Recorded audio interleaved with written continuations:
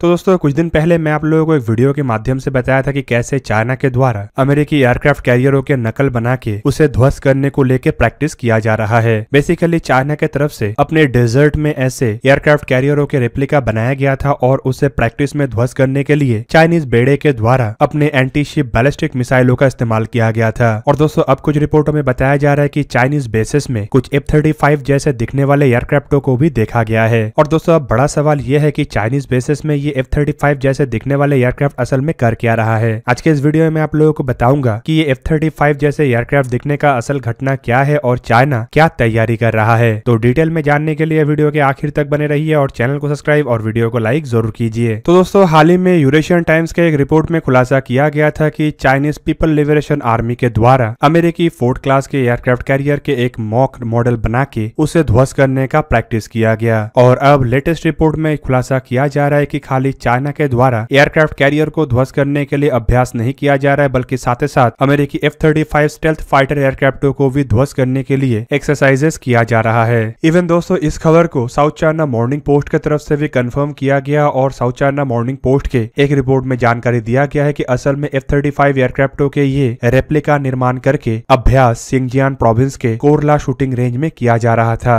दूसरी तरफ अन्य चाइनीज मीडिया रिपोर्टों में जानकारी दिया जा रहा है कि ये PLA मतलब पीपल लिबरेशन आर्मी के ताइवान के मामले को लेके जापान और अमेरिका के खिलाफ एक बहुत बड़ा डिटरेंस के तहत अभ्यास है। दोस्तों पहली बार ऐसे F-35 एयरक्राफ्टों को लेके जो चाइना के द्वारा मॉकअप टेस्ट किया जा रहा है उसे लेके खबर किन्वा मिलिट्री मैगजीन में आया था, जबकि इस खबर को पक्का करने के लिए मिलिट्री मैगजीन की तरफ से सैटेलाइट इमेजों के सहारा लिया गया और अपने दावे को पक्का भी किया गया। दूसरी तरफ अमेरिका के एक प्राइवेट अर्थ इमेजिंग कंपनी प्लैनेट लैब की तरफ से भी अपने रिपोर्ट में बताया गया है कि उसी सेम साइट में जहां पे इन F-35 एयरक्राफ्टों के रेप्लिका निर्माण करके चाइना के द्वारा अभ्यास किया जा रहा था, वहां पे एक अमेरिकी एवैक्स एयरक्राफ्ट मतलब airborne warning and control system को भी देखा गया। बेसिकली इस एयरक्राफ्ट को लेके बताया जा रहा है कि यह संभावित E-3 सेंट्री एयरक्राफ्ट के एक मॉकअप वर्जन हो सकता है। दोस्तों अब इस तरीके के परीक्षण के बाद कई तरीके के अलग अलग एक्सपर्टों के तरफ से इस परीक्षण को लेके कई तरीके के अलग अलग एनालिसिस भी आ रहा है। जैसे कन्वा मैगजीन के एक्सपर्ट के मुताबिक ये जो चाइना के द्वारा F-35 एयरक्राफ्टों को निर्माण करके मॉकअप टेस्ट किया जा रहा है वो असल में एक तरीके का ऐसा टेस्ट हो सकता है जहां पे चाइना अपने DF-16 और DF-21C जैसे मीडियम रेंज बैलिस्टिक मिसाइलों के क्षमता को परखने का अभ्यास कर रहा हो। इवन एक्सपर्ट का ये भी मानना है कि चाइना इस तरीके के अभ्यास के द्वारा अमेरिकी एयरफोर्स और जापानीज एयरफोर्स को भी चुनौती देने का तैयारी कर रहा है, ताकि जापान में तैनात जो अमेरिका के F-35 एयरक्राफ्ट है उसे चाइना आवश्यकता पड़ने पे टारगेट कर सके। दूसरी तरफ चाइनीज मिलिट्री एक्सपर्टों की तरफ से अब इस परीक्षण के बाद बताया जा रहा है कि अब जापान काफी अधिक खतरा में है, क्योंकि अगर चाइना और अमेरिका के बीच में ताइवान को लेकर कोई लड़ाई होता है तो जापान चाइना के निशाने में होगा। दोस्तों यहाँ पे जो दो मिसाइलों के परीक्षण को लेकर चर्चा किया जा रहा है मतलब DF-16 और DF-21C, असल में ये दोनों ही चाइना के डोंगफिंग सीरीज के मॉडर्न मिसाइल है। DF-16 जहाँ पे एक मिड रेंज का मिसाइल है जिसका रेंज करीबन 800 से 1000 किलोमीटर है, तो वहीं पे इन मिसाइलों को लेके कहा जा रहा है कि इसका पहुंच जापान और ताइवान तक है। जबकि DF-21 मिसाइलों को लेके बताया जा रहा है कि ये एक टर्मिनल गाइडेड मिसाइल है जिसका रेंज 1700 किलोमीटर है, तो वहीं पे इन मिसाइलों के पहुंच में जापान में स्थित अमेरिका के हर एक एयरबेसेस है। दूसरी तरफ दोस्तों F-35 एयरक्राफ्टों के खिलाफ परीक्षण को लेके एक्सपर्टों का ये भी कहना है कि इसके पीछे बेसिक कारण है चाइना के इन एयरक्राफ्टों को लेके अधिक भय। असल में F-35 अमेरिका के द्वारा निर्माण किया हुआ एक ऐसे